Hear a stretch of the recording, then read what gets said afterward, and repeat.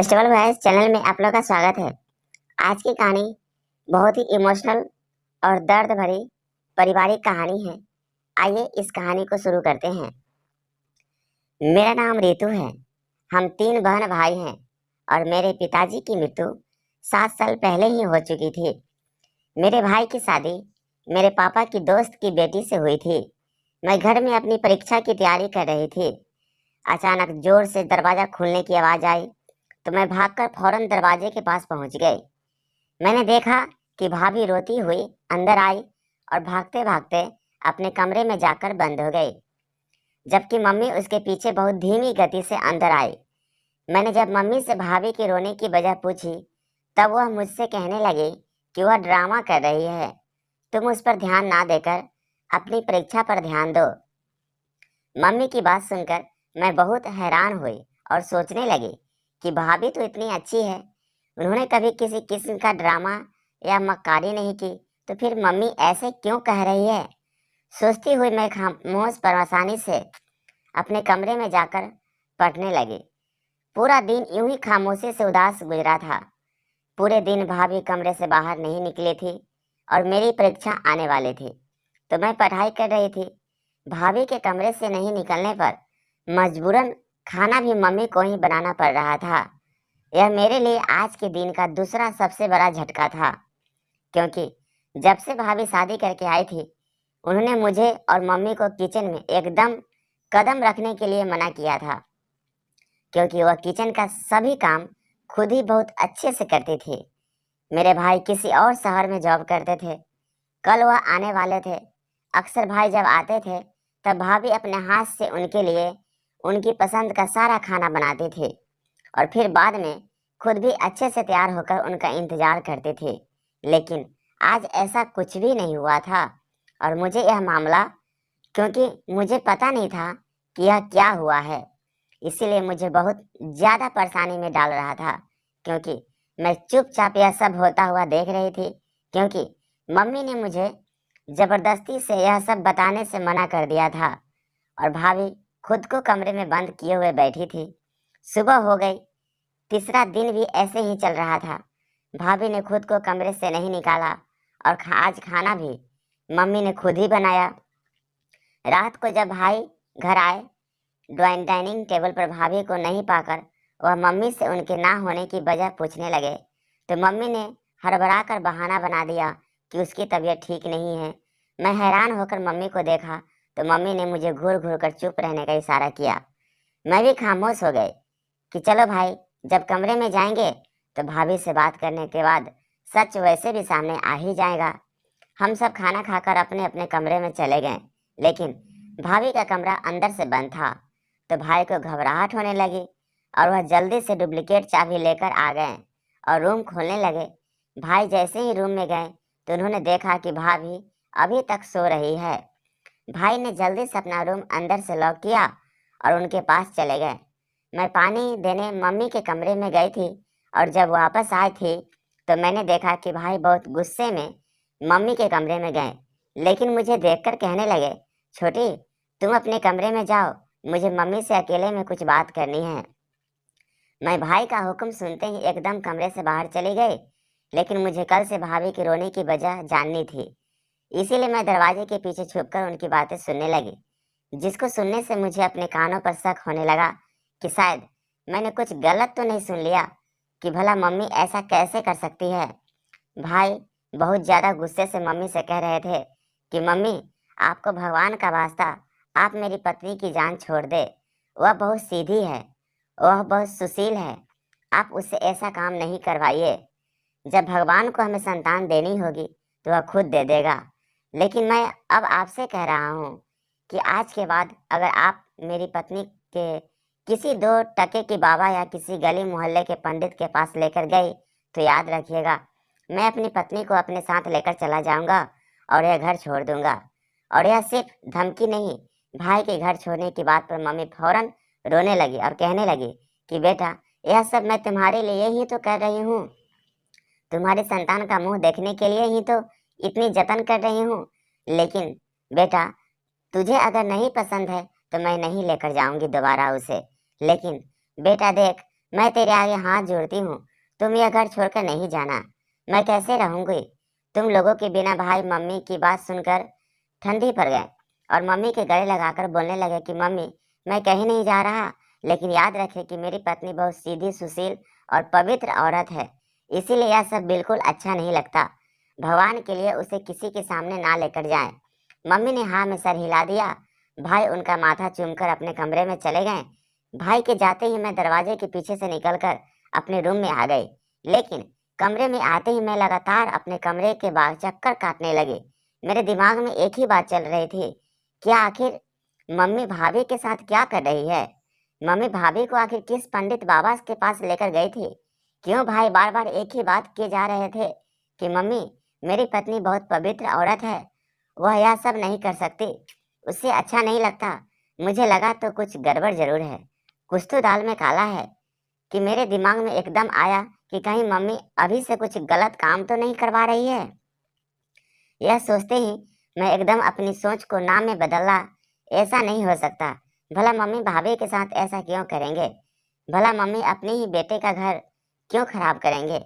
लेकिन अगर ऐसा कुछ नहीं होता तो भाई बार बार मम्मी से ऐसा क्यों कहते कि मेरी पत्नी बहुत पवित्र है, बहुत सुशील है? कुछ तो गड़बड़ जरूर है। मैं सच में बहुत देर तक उलझती रही। आखिर में इन सब सोच से तंग आ चुकी थी, इसलिए सर झटक कर पढ़ने गई थी। पूरे 15 दिन हम सब के साथ भाई ने गुजार कर अपनी जॉब के लिए दूसरे शहर में चले गए थे। दिन यूं ही गुजरने लगे, लेकिन अब सब पहले जैसा होने लगा। मम्मी उस दिन की भाई को छड़ घर छोड़ जाने की वाली धमकी के बाद भाभी को किसी भी पंडित या बाबा के पास लेकर नहीं गई थी, इसलिए भाभी बहुत खुश हुई और इम्तिनान से रहती थी। भाभी अब हर काम पहले की तरह करने लगी थी और मेरे साथ भी बहुत अच्छा समय बिताती थी। लेकिन मैं जब भी उनसे उस बात के बारे में पूछता जिस दिन वह रोते हुए घर आई थी, तो वह घबराकर बात बदल देती और एकदम से मेरे पास से उठकर चली जाती। मुझे उनके इस व्यवहार से बहुत हैरत होती कि आखिर भाभी इस तरह घबरा क्यों रही है, मुझे कुछ क्यों नहीं बताती है। दूसरी तरफ मम्मी का व्यवहार भी मुझे हैरत और परेशानी में डाल रहा था। वह अक्सर भाभी के कमरे में घुसकर उनसे पता नहीं क्या क्या कहती रहती थी, लेकिन जैसे ही मैं उनके कमरे में जाती हूँ, मम्मी और भाभी दोनों ही घबरा जाती है। बल्कि मम्मी तो मुझे बहुत गुस्से में बात भी सुना देती है और कभी कभी तो कमरे से निकल जाने को भी कह देती है। मैं बहुत ज़्यादा परेशान थी और हैरत में थी कि कुछ तो था ऐसा जो गलत था, कुछ तो था ऐसा जो मम्मी हम सबसे छुपाकर भाभी से करवा रही थी। लेकिन वो आखिर ऐसी कौन सी बात थी जो मुझे अक्सर ये सारे सवाल बहुत ज़्यादा परेशान कर रहे थे। मैं नहीं चाहती थी कि मासूम सी भाभी के साथ कुछ गलत हो, लेकिन मुझे सच भी तो नहीं मालूम था ना, मैं ऐसे कैसे किसी पर इल्ज़ाम भी लगा सकती थी। इसीलिए मैं मजबूर होकर खामोशी से सही वक्त का इंतजार करने लगी। अब घर का माहौल मुझे बहुत ज़्यादा घुटन सा लगने लगा था। भाभी घर का काम करके चुपके से कमरे में जाकर बंद हो जाती। भाभी ने अब मेरे पास बैठना भी बंद कर दिया था और उसकी वजह यही थी कि वह जब भी मेरे पास बैठती तो मैं वही सवाल करने लग जाती थी। इसीलिए उन्होंने मुझसे अब दूरी बनाना शुरू कर दी थी। जबकि मम्मी तो मुझसे गुस्से में घूरते ही रहते थे, जैसे उनका कोई अहम मकसद पूरा ना हो रहा हो, जैसे उनका कोई काम पूरा ना हो रहा हो। लेकिन मेरे पूछने पर मुझे सख्ती से डांट दिया करते। मैं बहुत बेसब्री से भाई के आने का इंतजार करने लगी। मैंने 2-3 बार भाई को कॉल करके कहा कि भाई इस बार प्लीज जल्दी घर आ जाए, मुझे आपसे बहुत ज़्यादा इम्पोर्टेंट बात करनी है। लेकिन भाई ने कहा कि बेटा, मैं तुम्हारे बुलाने पर एकदम घर आ जाता, लेकिन इस महीने सारी जिम्मेदारी मेरे ऊपर है और कंपनी के कुछ एम्प्लॉय छुट्टी पर गए हैं, इसलिए मैं चाहकर भी नहीं आ सकता।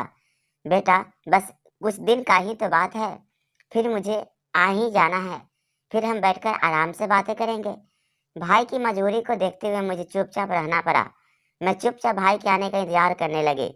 एक दिन मम्मी के दोस्त मिठाई का डब्बा हाथ में लिए घर आई। मम्मी ने मिलकर वह मम्मी की आंखों ही आंखों में कुछ इशारे करने लगे। मुझे उनकी हरकत बिल्कुल भी सही नहीं था, बल्कि उनकी सारी हरकतें बहुत ज़्यादा अजीब सी थी। जबकि मम्मी थी भी उनकी अजीब सी हरकत में उनका पूरा पूरा साथ दे रही थी, जबकि उनकी यही चीज़ मुझे चुप रहने पर मजबूर कर रही थी। थोड़ी देर गुजरती थी, तभी भाभी नाश्ते से भरी ट्रे लेकर आई। भाभी ट्रे रखने के बाद उठकर जाने ही लगी थी, तभी मम्मी की दोस्त नीतू आंटी ने उनका हाथ जोर से पकड़ लिया। भाभी ने उनको सवाल भरी नजरों से देखा। आंटी नीतू के कुछ भी बोलने से पहले मम्मी बोल पड़ी कि रागिनी बेटा, थोड़ी देर हमारे पास बैठ जाओ, मेरी फ्रेंड आपसे कुछ बात करना चाहती है। मम्मी और उनके दोस्त बार बार नजरों से बातें कर रही थी, फिर उन दोनों के चेहरे की मुस्कुराहट मुझे किसी अनहोनी का पता दे रही थी। मुझ पर दुख के पहाड़ टूट पड़े थे। आंटी नीतू भाभी का हाथ पकड़कर अच्छे व्यवहार से कहने लगी कि देखो, अभी साल पूरा भी नहीं हुआ मेरे बेटे की शादी को, और देखो मेरी बहू ने मुझे दादी का सुख दे दिया। अपनी शादी के पहले ही साल मेरी बहू ने मेरी गोद में एक सेहतमंद पोता डाल दिया। मैं तो बहुत ही खुद किस्मत हूँ। नीतू आंटी का अंदाज कुछ ऐसा था कि जैसे वह भाभी को नीचा दिखाने की कोशिश कर रही हो। भाभी भी बेचारी सर नीचा करके सुन रहे थे। वह और कुछ कर भी क्या सकती थी। इतनी देर में मम्मी के सहेली भाभी से पूछने लगी, तुम्हारी शादी को 8 साल हो चुके हैं, तुमने कोई खुशखबरी नहीं सुनाई अभी तक। भाभी उनका सवाल सुनकर बहुत ज्यादा दुखी हो गई थी और नजरें झुकाए ना में सर हिलाने लगी। नीतू आंटी फिर से भाभी का चेहरा छूकर कहने लगी कि बेटा हो तो तुम जैसा बहुत खूबसूरत, आखिर क्या बात है कि अभी तक तुम खाली दामन हो। फिर एकदम चेहरे पर हाथ रखकर कहने लगी, क्या तुम बांझ हो तो नहीं। उनका सवाल सुनकर भाभी रोने लगी और कहने लगे कि नहीं आंटी, ऐसा कुछ नहीं है, जब भगवान को मंजूर होगा तब मेरी झोली जरूर भरेंगे। जबकि आंटी भाभी की बात सुनकर अपना चेहरा उदास करके बोली कि बेटी, दुआ के साथ साथ दवा और भूख भी जरूरी है, लेकिन आजकल की बहू को कौन समझाए। उनकी बात सुनकर भाभी अपनी आंखों में आंसू साफ करके अपने कमरे में चले गए। आंटी भी मम्मी से मिलकर एकदम चले गई। नीतू आंटी के जाने के बाद भाभी थोड़ी देर में ही अपने कमरे से बाहर निकलकर मम्मी के पास आए और अपने आंसू साफ करते हुए कहने लगी, मम्मी मैं राजी हूँ उस बाबा के पास जाने के लिए, बस यह बात किसी भी तरह अमन को पता न चले। मम्मी मुस्कुराकर कहने लगी, यह तो तूने बहुत अच्छा फैसला किया, और भला मैं क्यों बताऊंगी अपने बेटे को, बल्कि तुम यह ख्याल रखना कि किसी भी तरह यह बात उसके कानों तक ना पहुंचे। भाभी रोते हुए मम्मी से कहने लगी कि बस मुझे अब और बांझपन के ताने नहीं सह सकते, बस इसीलिए मैंने यह फैसला कर लिया, और आप बेफिक्र रहिए, मैं किसी भी तरह यह बात अमन को पता लगने नहीं दूंगी। भाभी कहते हुए रोते हुए दोबारा अपने कमरे में चली गई, जबकि भाभी के जाते ही मम्मी भी हंसते हुए अपने कमरे में चली गई। मम्मी का यह व्यवहार मुझे बहुत अजीब लगा। वह कहने लगी, वाह नीतू, क्या एक्टिंग की है तूने, देख तेरा नाटक काम आ गया। तेरे जाते ही मेरी बहू मेरे पास आई और वह कहने के लिए राजी हो गई, जिसके लिए मैं शायद उसे कभी राजी नहीं कर सकती थी। देख नीतू, तेरी एक चाल में ही मेरी बहू बाबा के पास जाने के लिए तैयार हो गई। अरे मुझे तो अभी तक यकीन नहीं आ रहा था, क्या मेरी बहू उन बाबा के पास जाने के लिए मान गई है। मम्मी खुशी खुशी बोले जा रही थी, लेकिन ऐसा लग रहा था क्या मैं और यहाँ पर खड़ी हो रही तो चक्कर खाकर गिर जाऊंगी। मेरे लिए बस यही सोचने की बात थी कि मम्मी ने भाभी को जाल में फंसाया था। भला मम्मी ऐसे कैसे कर सकती है। मैं यही सब, और ना ही मुझे पूरी रात नींद आई। मैं पूरी रात बिस्तर पर करवट बदलती रही और बस यही सोचती रही कि आखिर कल मम्मी भाभी के साथ क्या करने वाली है। सोचने में मगन थी, जब मुझे मम्मी के कदमों की आहट सुनाई दी थी, मैं जल्दी जल्दी उनके कमरे से निकलकर एकदम अपने कमरे में आ गई।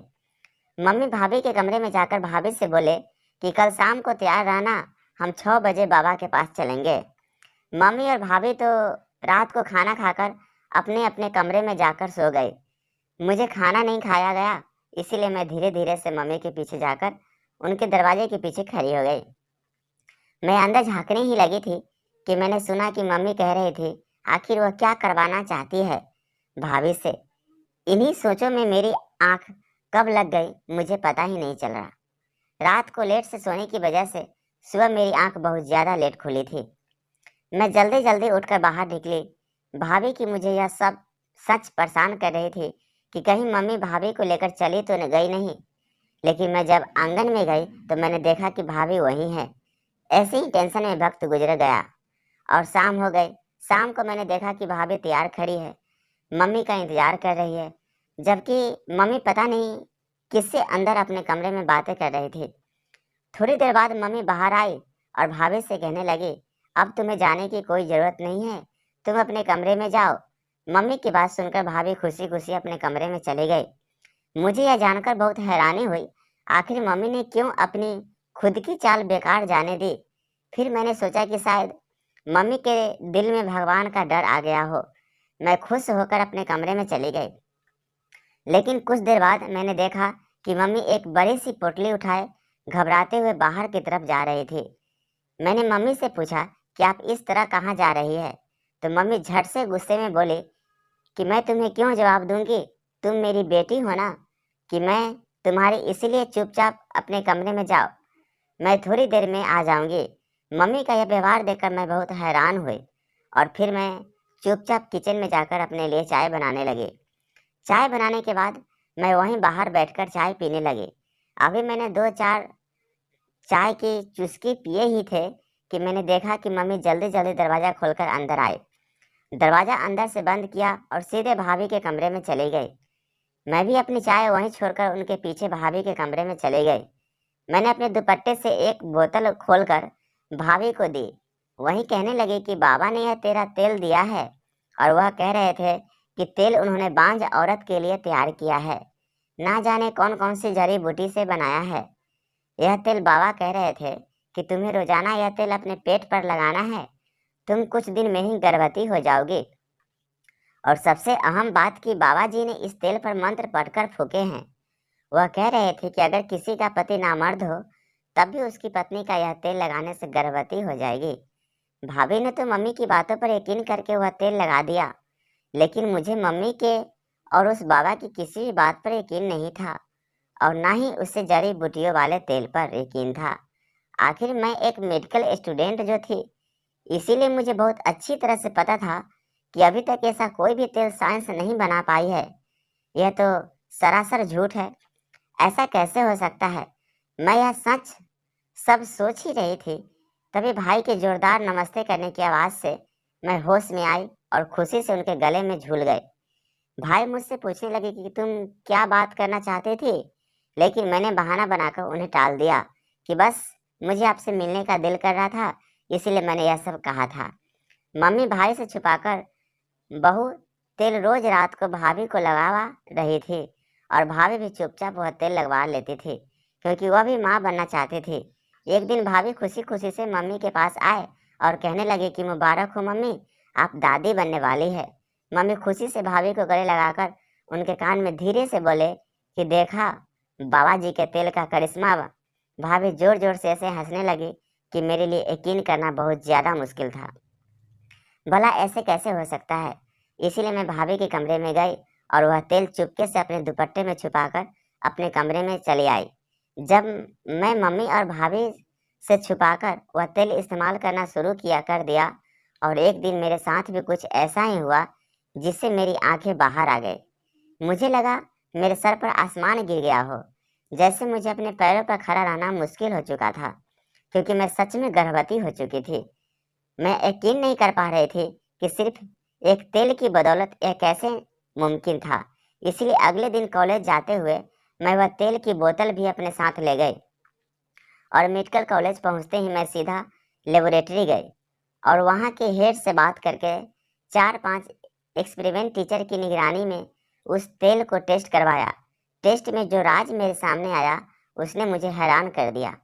मैं अपनी सोचने समझने की शक्ति भूल चुकी थी। हैरत से बस उस तेल को देखे जा रही थी।